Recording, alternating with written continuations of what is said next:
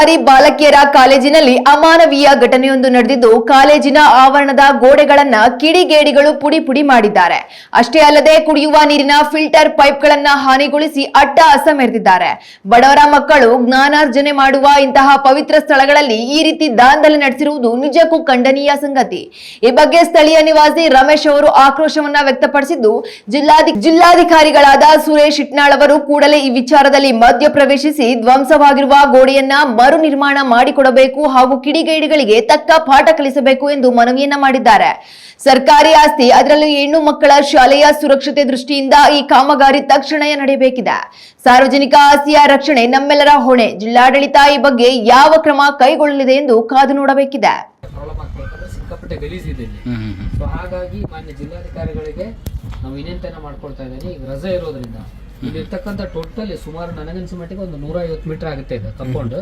150 ಅಲ್ಲಿಂದ ಒಂದು 50 200 ಮೀಟರ್ ಇದೆ ಕಂಪೌಂಡ್. ಇದು 200 ಮೀಟರ್ ಕಂಪೌಂಡ್ ಅನ್ನ ಇದು ಕಂಪ್ಲೀಟ್ ತೆರವುಗೊಳಿಸಿ ಸುಮಾರು ಒಂದು 12 ರಿಂದ 15 ಫುಟ್ ಎತ್ತರದಲ್ಲಿ ಈ ಕಂಪೌಂಡ್ ಅನ್ನ ಮಾಡಬೇಕಂತೇಳಿ ಮಾನ್ಯ ಜಿಲ್ಲಾಧಿಕಾರಿಗಳು ವಿನಂತಿಯನ್ನ ಮಾಡ್ಕೊಳ್ತಾರೆ.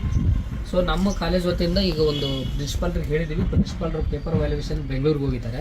ಸೊ ಅವ್ರು ಬಂದ ತಕ್ಷಣ ಯಾರು ಮಾಡಿದ್ದಾರೆ ಏನಂತೇಳಿ ಒಂದು ಕಂಪ್ಲೇಂಟ್ ಅನ್ನ ನಾವು ಕೊಡ್ತೀವಿ ಸರ್. ಯಾಕಂದ್ರೆ ಈ ಕಂಪ್ಲೇಂಟ್ ಕೊಡೋದ್ರಿಂದ ಅವ್ರಿಗೆ ಗೊತ್ತಾಗ್ತದೆ ಏನಾಗಿದೆ ಅಂತ ಹೇಳಿ.